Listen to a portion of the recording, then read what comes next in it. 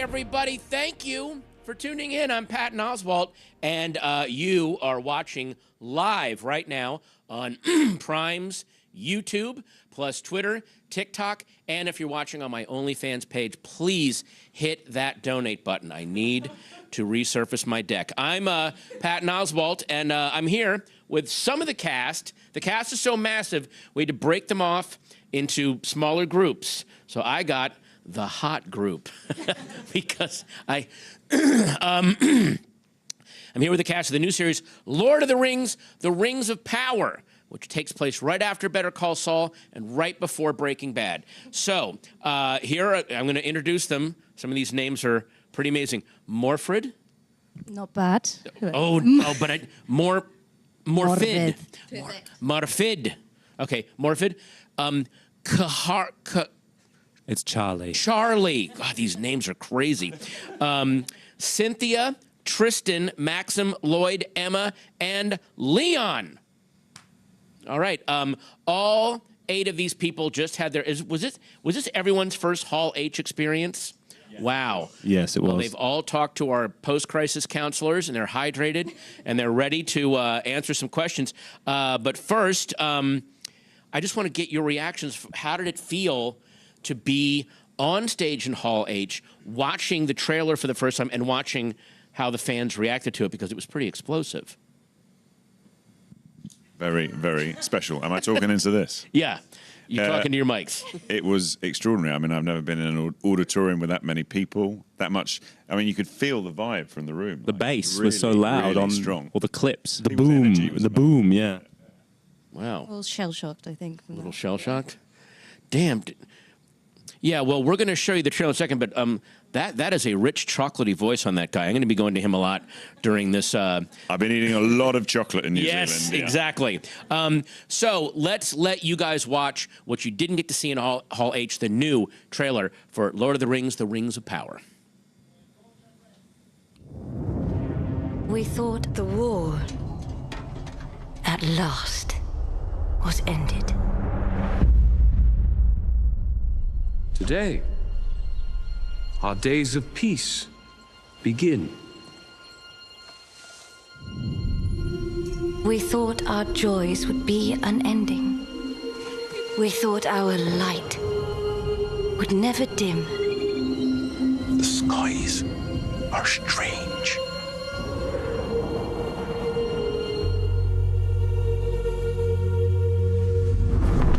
It is here, Galadriel. The moment we feared.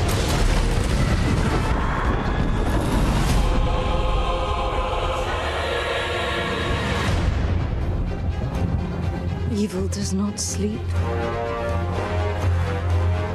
It waits.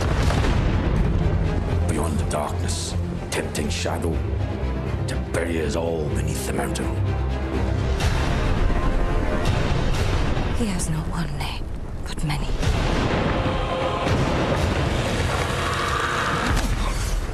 Have you heard of him, lad? Have you heard of Sauron?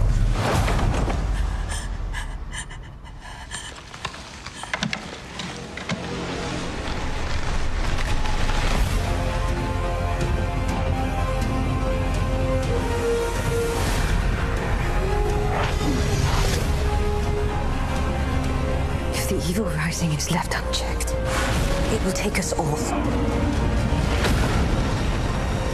Find the light, and the shadow will not find you. Together we can survive this! Fight with me.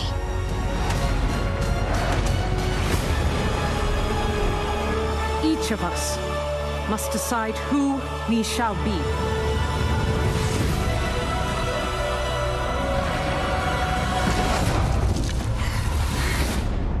There can be no trust between hammer and rock. Eventually, one or the other must surely break.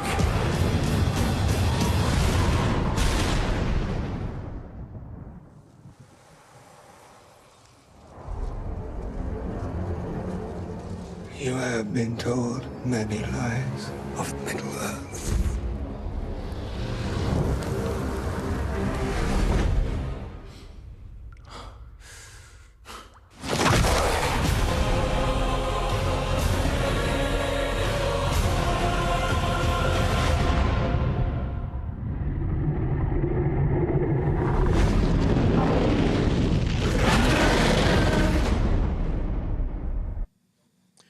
Okay, first off, it looks like you guys got put through the ringer physically. Did you guys show up thinking, oh, I'll be in front of a green blanket, they'll dangle a tennis ball in front of me?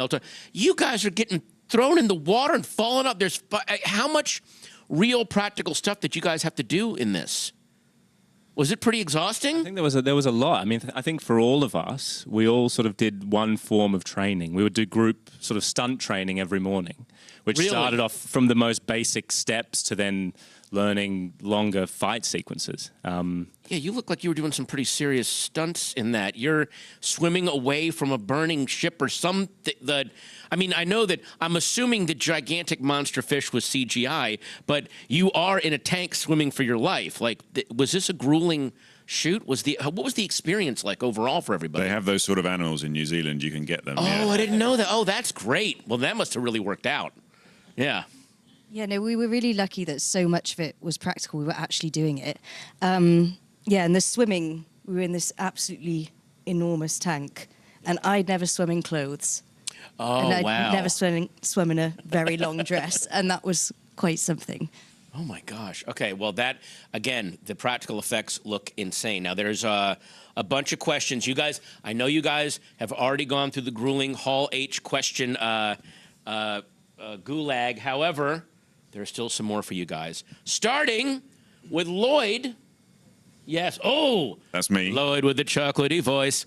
Your character is from the island kingdom of Numenor. Well pronounced. Did I you could pronounce put a that little right? R on the end. Numenor. Numenor. I don't want one little Colbert tap. bursting in and kicking me in the teeth.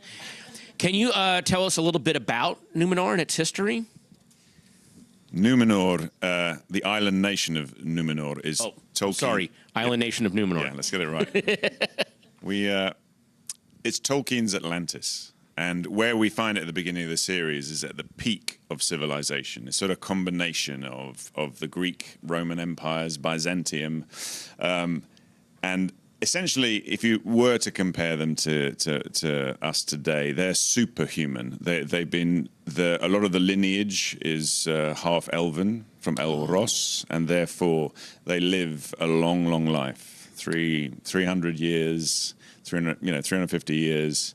Wow. Incredible mariners. But exactly where we find them is the beginning of potential polarization between a sort of a nationalistic view and a much more loyalty to the elven side of their nature, because they were donated the island by the elves and the Valar for in the first age for fighting on the side of the elves against Morgoth. The source of a lot of the conflict. Okay, nice. Now, Leon, you play Pharazon's son, Kemen. Did I say all of that right? Yeah, you did. Well done. So what can you tell us about this character? So Kemen is the son of a very powerful man, the Chancellor, Pharazon. And I think with the kids of powerful people, sometimes they're determined to match or outdo their parents' accomplishments. And sometimes they feel pretty comfortable to coast. And I feel like he is in the latter category at this stage. He's been born into a golden age. He's had everything he's ever wanted. And he's never really had any reason to question it, I think much to his father's chagrin. Pharazon is obsessed with his legacy, and Kemen's kind of been a parrot so far because what's going on is working. I'm glad that trust funders are being represented in Middle-earth. That's beautiful. I'm glad proud to that do we it. finally are giving them some representation. Hashtag trust fund love. All right. Emma Horvath. Hello, Did I say your name right? Yes, you did. Thank you. Nailing it. Emma, you play Isildur's sister? Did I say that right? Yes, Isildur's sister. Yes. And Tap you the play- R if you can. Huh? A tapped R slightly. Oh, okay. Oh, damn. All right. Well, it says you are the artist of the family. Now, you actually learned how to write Numenorian letters? I mean, did that help you prepare for the role, or? Yeah, I mean, Arian is not a character of the body, she's a character of the mind. So my stunt was learning to draw with Daniel Reeve, who, if you don't know, he's a very talented calligrapher and graphic designer, and he created Bilbo Baggins's handwriting, and a lot of the maps and inscriptions, everything you see in the movies, he designed. And there's no Numenorian alphabet yet. We've never seen it, so he had to create it. Wow. And my character draws and writes quite a bit. So I would spend 3 hours a week with him, and I learned to write it, and I wrote everyone's name. Do you feel like you could write words now in Numenorian? Like you could actually write a sentence? Please don't make me do it. Okay, I won't. No, not now. That'll be for a future con when someone comes up and goes, "Excuse me, the curve on this letter is actually incorrect." And look, you know, I don't want to put you through that now. It's coming, yeah. Yeah. Now, Tristan. Yes, sir. It gets pretty political on Numenor 2. So what can you tell us about your character, Pharazôn, and the role he plays in all of that? So, Pharazôn is consul to the Queen Regent, Queen Miriel. And he's also head of the guilds. So I guess he is a true servant of Numenor, and his job would be to marry the relationship between the working people of Numenor and the Regency. He's also one of the king's men, so Numenor, even though everybody seems to think that it's an island of, you know, it's a masterclass in social cohesion, there's actually cracks in the foundation. And you have a schism between the faithful who celebrate and remember their elvish roots. They can speak Quenya. Yeah. They're okay with accepting, they're very attuned to the spirituality that comes with the acceptance of their own fate, which is death. And then on the other hand, you have the king's men, which are far more numerous in Numenor, of which Pharazôn is one. And so they want to dispense with the old elvish ways. So they want to speak Adonaic, which is the language of men. And also as well, they haven't really addressed, you know, what had the gift of the Vala, you know, the gift of dying. They don't believe in that. So for them, it's life is now. You live for now, which makes them very innovative, very forward-thinking. They're modernists. But also as well, there's an existential dread of the kernel there. And I think you see that as well. You see the Numenorian psyche, I think, is embodied when you see Pharazôn, when you see the decadence and the, he's almost like a living statue, dare I say it myself. You know, trying to see how he would, if he was to be carved out of stone, what would he look like? You know, and I think... Already thinking of his legacy. Yes, absolutely. Wow. Now, speaking of Numenor, Charlie Vickers, this is the first time that Numenor, as you said, Tolkien's Atlantis, has been seen on screen. So what was it like to be there on set? How extensive was the set? How much did they actually build that you could kind of react to and experience? It was massive. I think one of the most amazing things about working on a show like this is you can fully interact with the worlds that your character is living in. I remember getting there on our first day of Numenor, and it's a pretty simple scene where we get off a boat and walk up through a port. But just seeing the scale of what was in front of us was incredible. It was a fully interactive city with alleyways down to... It was like a practical set. You could go wander and get lost and things. And you could, there was details, like there were tiny little bits of incense burning in the alleyways and little herbs and flowers. So it even had the scent, like you felt like you were truly visiting the city. Yeah. I think someone fell into a canal as well at one stage. Now, Cynthia Adai Robinson? Correct. Yes. In that new trailer we watched, we saw your character, Queen Regent Miriel.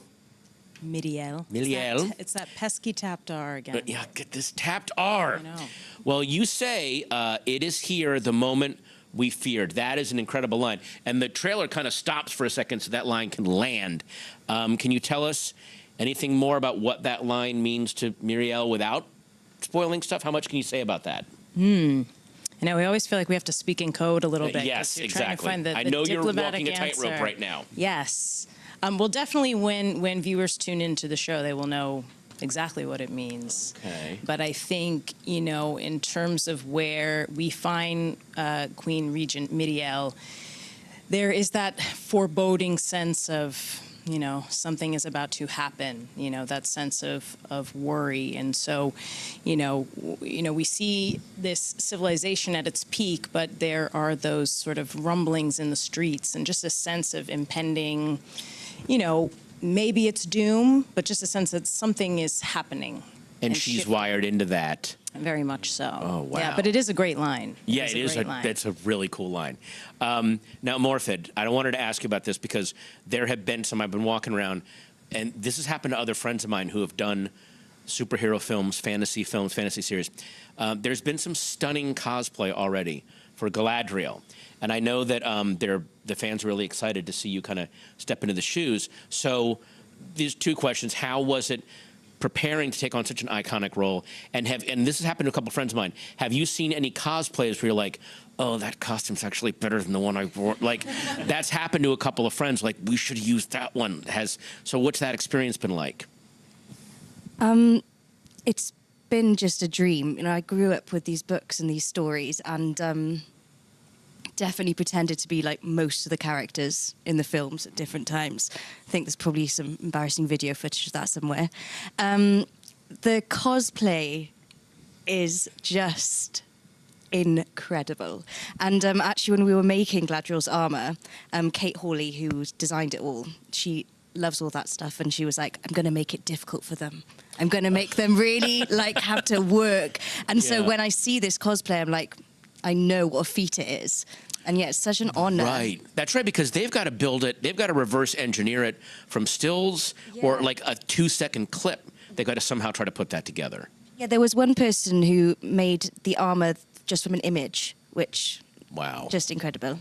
Okay. Well, Maxim, you play the iconic Isildur? Isildur. Oh, the which fans are very, very excited to see on screen. So what was that moment like when you learned that, oh, you got the role? Like, how did you feel? I was in a field in Croatia shooting another show, caked in blood, and my agent called me and was like... Hang on, you were shooting a show. You were shooting a different just in a field caked in blood. I was shooting a different show. Okay, good. Yeah. That's an important detail. In future interviews, don't leave that part out. Don't go, I was in a field in Croatia caked in blood. Yeah, exactly. Mention the show. And yeah, my agent called me and was like, you're going to be in Lord of the Rings. And I was like silent. And then he was like, by the way, there's an NDA to sign, so you can't tell anyone. So I celebrated by myself in a hotel room, and it was a bit surreal. But it's, an amazing experience with such an amazing cast as well. And we've all become like a family, I guess. Yeah. It's such a massive group. It's amazing. Yeah. And I'm playing his father, Elendil, so when he says it's like a family, it's a joyful family. It's a very joyful family. He's not a problem child in any way, shape, or form. I just want to put that on the record. It is a complex relationship between father and son, as all relationships between fathers and sons are. All I can say is, don't always blame the parents. Right. This was a really difficult panel to get ready for because there's so much I want to talk about, and there's so much we can't talk about. Thank you all for walking this tightrope with me, and I just wanted to ask you, like, what can audiences expect when we finally get to see the Rings of Power on September 2nd? I think it's going to really run an emotional gamut, because even for us, we finally recently have started to see some of the footage ourselves, because we also hadn't seen much, even though we were there and we made it. But you're gonna laugh, you're gonna cry, you're gonna be shocked, you're gonna be in awe. And to me, the best stories really capture the full range of human emotion. So I think you're gonna have all the feels, is what I would say. Well said. Wow. Well, hey, that was amazing, and thank you guys so much for tuning in. September 2nd can't come quickly enough. Oh, hey, you know what? A little birdie just told me that we should watch this trailer one more time, so roll it again. Thank you guys so much for joining us. We really appreciate it. Have a great September 2nd, tune in. Have a great whatever you're going to do for the rest of your day. See ya. We thought the war, at last, was ended. Today, our days of peace begin. We thought our joys would be unending. We thought our light would never dim. The skies are strange.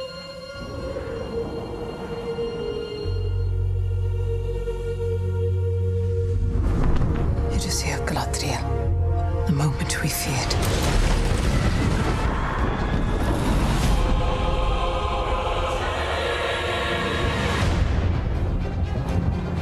Evil does not sleep. It waits. Beyond the darkness, tempting shadow, to bury us all beneath the mountain. He has not one name, but many.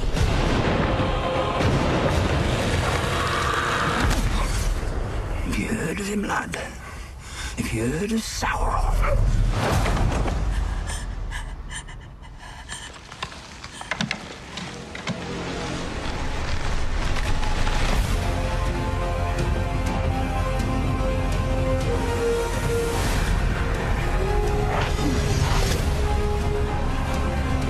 If the evil rising is left unchecked, it will take us all.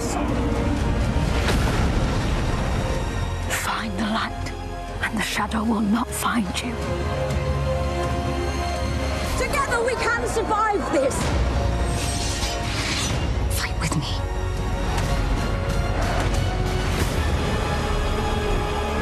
Each of us must decide who we shall be.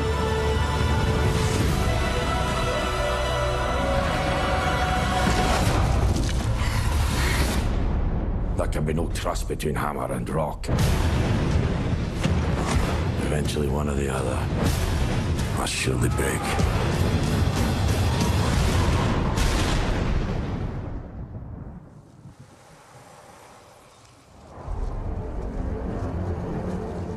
You have been told many lies of Middle-earth.